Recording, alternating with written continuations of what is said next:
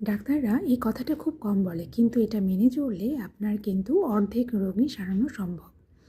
কোনো রোগ হওয়ার চেয়ে তার থেকে প্রতিরোধে থাকা সবথেকে গুরুত্বপূর্ণ।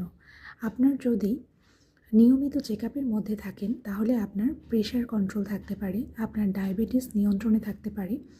নতুন করে রোগ হওয়ার আগেই যদি আপনি প্রতিরোধ ব্যবস্থা গড়ে তোলেন তাহলে এটা আপনার জন্য সবথেকে ভালো। কারণ আপনার ডায়াবেটিস হয় কিন্তু বোঝা যায় না, প্রেশার বাড়ে কিন্তু লক্ষণ প্রকাশ পায় না।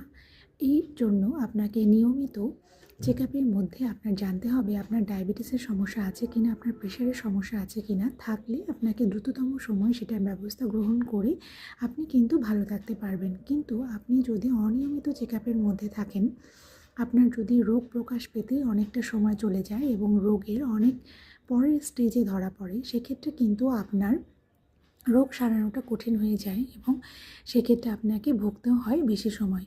তাই প্রতিরোধ ব্যবস্থা গড়ে তোলার জন্য এবং বয়স 30 বছর হলে আপনাকে অবশ্যই কিন্তু নিয়মিত চেকআপের মধ্যে থাকতে হবে এবং বছরে অন্ততপক্ষে একবার হলেও ডায়াবেটিস, প্রেশার এবং ওজন এগুলো কিন্তু চেকআপ করাতে হবে।